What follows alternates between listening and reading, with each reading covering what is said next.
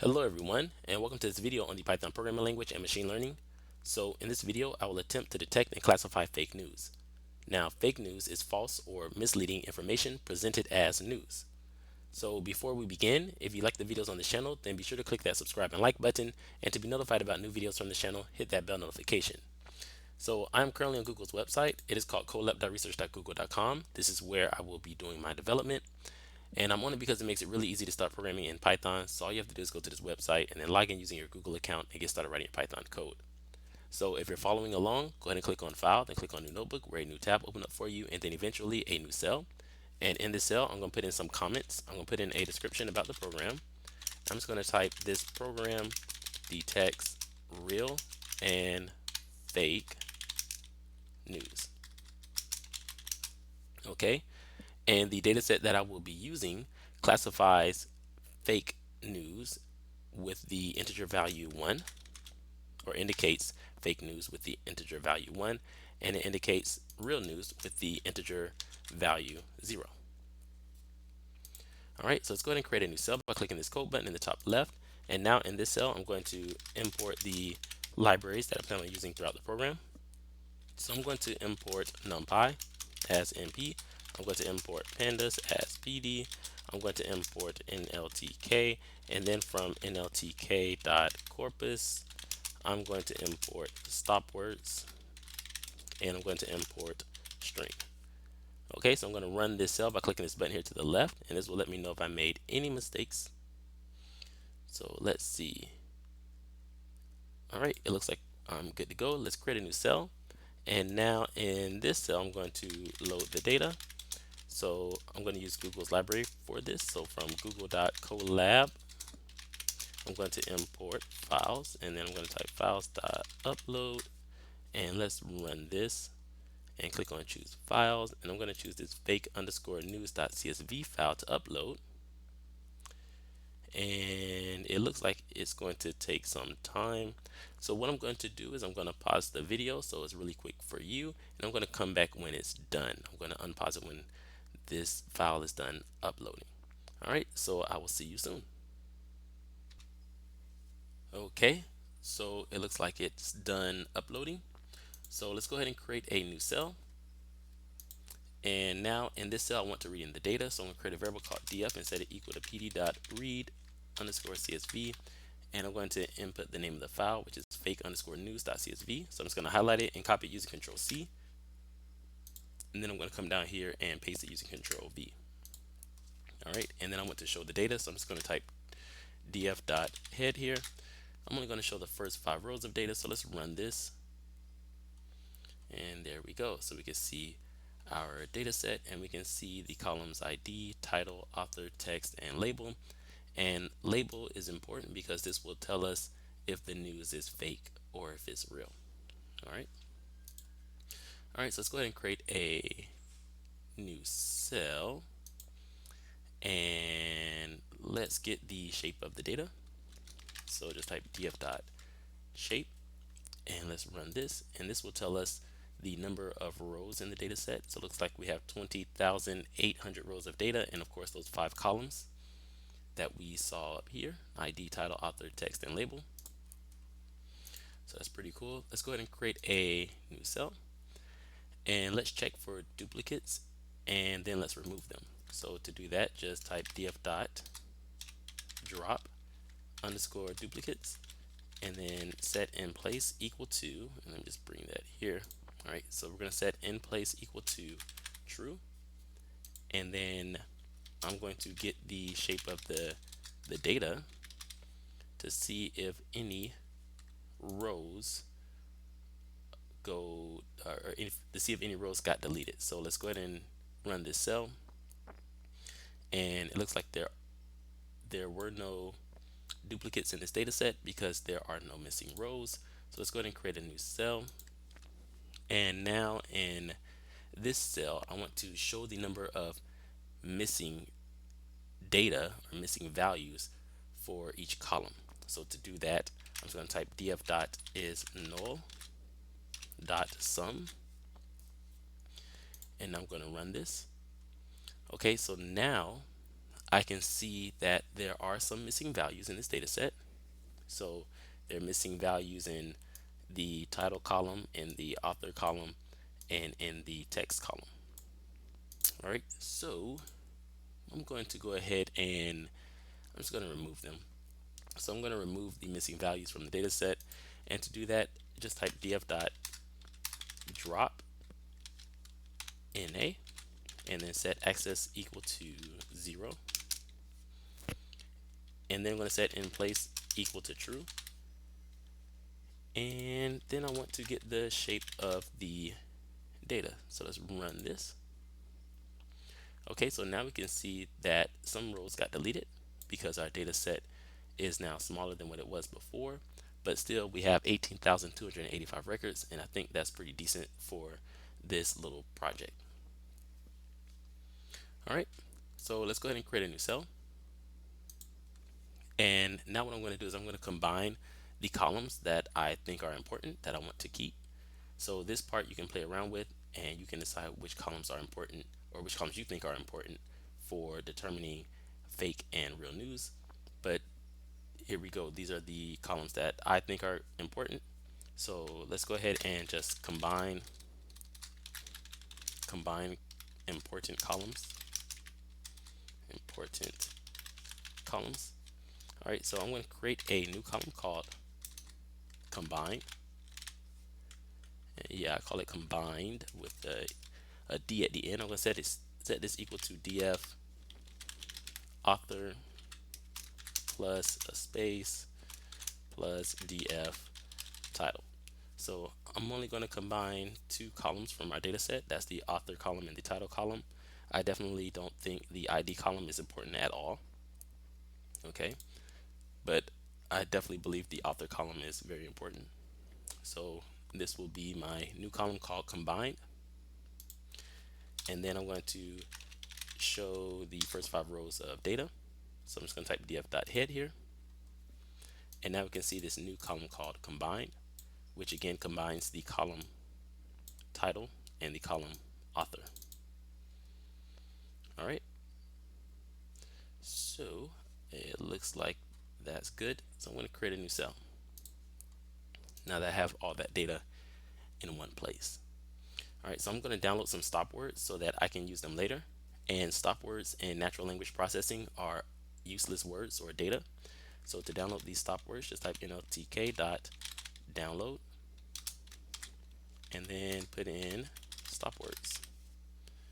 All right, so let's run this, and it should be fairly quick, and it is. It's done. So let's create a new cell. And now I want to create a function to process the text. So this function will remove punctuations from the text, like exclamation points. It will remove stop words from the text, and then I'm going to return a list of this clean text of words. All right, so let's just call this function process underscore text, and it's going to take in some text. All right, and I'm going to remove punctuations from the text.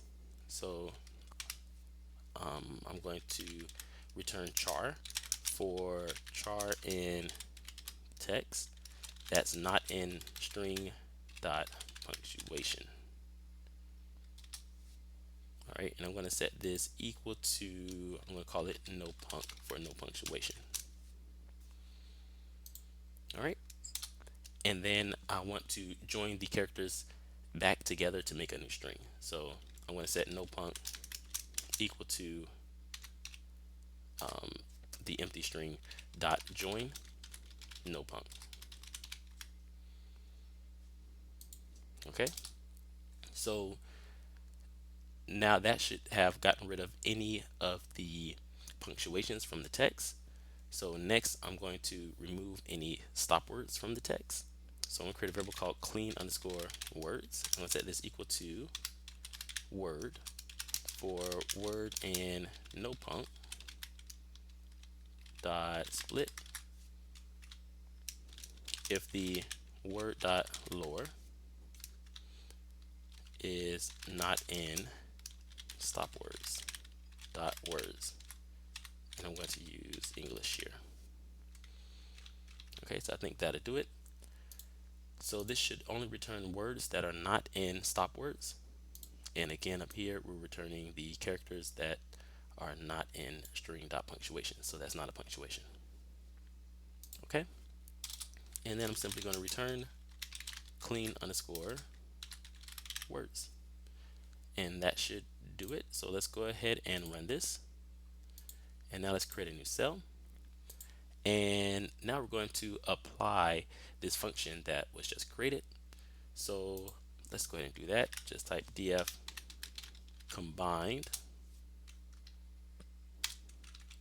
dot. I'm only going to show, let's show the first 5 words of the tokenization of this process text. So I'm going to put dot head and then dot apply process underscore text. All right, because I just kind of want to show the first 5 words. So let's run this. I'm sorry, I want to show the first 5 rows, not words. So let's see what we have here. We have some error.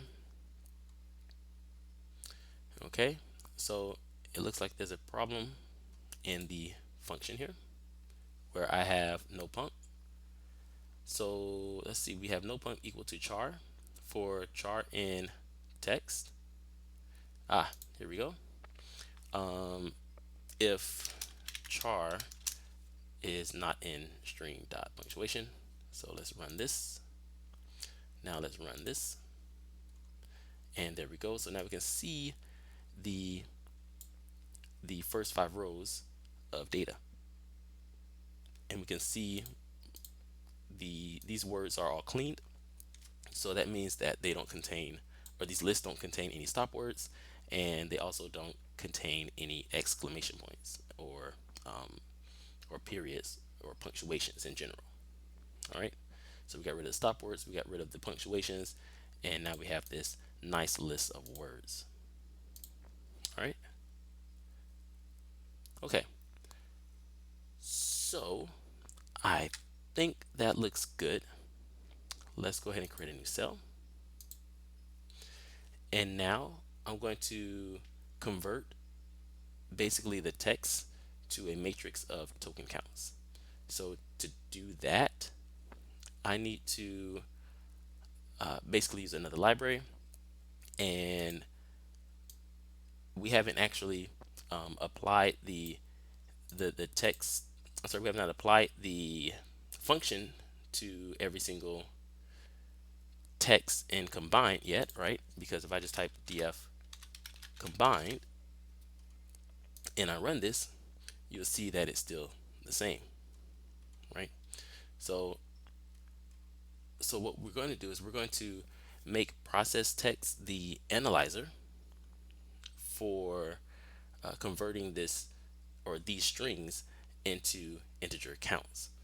So hopefully that wasn't too bad. Hopefully y'all understood that. So let's just create a new cell, and in this cell I need to use a new library.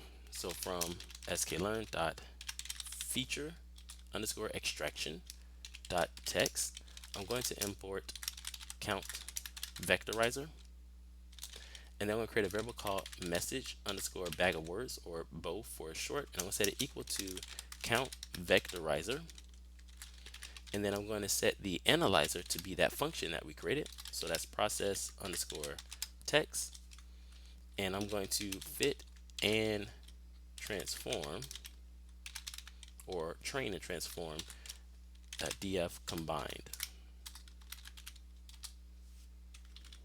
All right, so all the text and df combined. So let's run this, and this should be done momentarily. Let's go ahead and create a new cell while it's running. And what we're going to do next is split the data into 80% training data sets and 20% testing data sets. So let's go ahead and do that now. While again, the previous box here is still running, and it looks like it's done now. but let's go ahead and split the data. So I need to use another library for this. So from sklearn dot model underscore selection, I'm going to import train underscore test underscore split, and then I'm going to create x underscore train and x underscore test and y underscore train and y underscore test, and I'm going to set it equal to train underscore test underscore split, and then we're going to input message underscore bow or bag of words, and then I need to put in the target, so that's the label, and of course message bow contains our feature, and then I need to give this a test size, so I'm going to set test size equal to 0.20 for 20%, and then I'm going to set random state equal to 0, and you can set that to any integer value that you want for this example. So let's go ahead and run this. All right, I'm going to create a new cell. Now I want to get the shape of message bow. So in other words, we want to get the number of rows and the number of columns. So just type message underscore bow dot shape, and let's run this. Okay, so we can see that message bow contains the same number of rows as our data set. So we go back up here, right after removing the missing values, the number of rows was 18,285, and the number of columns of course were 5. Now we're going to go back down here. We can see we still have 18,285 rows of data, but you'll notice that the number of columns is now 33,610, and that is because of the number of different words in this data set. So each column is a different word. All right, so let's create a new cell, and let's create and train a naive Bayes classifier model. So from sklearn.naive Bayes, I'm going to import multinomial NB naive Bayes. I'm going to create a variable called classifier. I'm going to set it equal to multinomial NB. Okay, and then I want to train this model. So I'm just going to type classifier dot fit, and I'm going to train it with that training data set. So that's x underscore train and y underscore train. So let's run this. Now let's create a new cell, and I want to print the predictions. So I'm going to print classifier dot predict, and so it's going to make predictions or a classification on x train. And then I want to print the actual values. So I'm going to print y underscore train dot values. So let's run this. Okay, and so now what we can see, although we can't see all of the data, right, because of these 3 dots here are indicating that there's more data in between, but we can see the first 3 rows and the last three rows of data. So we can see that the model classified that first row of data with the value 1, and this tells us that that's fake news, and the actual value was indeed fake news. And we can see the same here and here, but then our model classified this row as real news, and indeed it was fake, so it got that wrong, but looks like it got everything else right that we can see here. Okay, so let's create a new cell, and let's actually evaluate the model on the training data set. So we're going to use some metrics for this. So from sklearn.metrics, I'm going to import classification underscore report,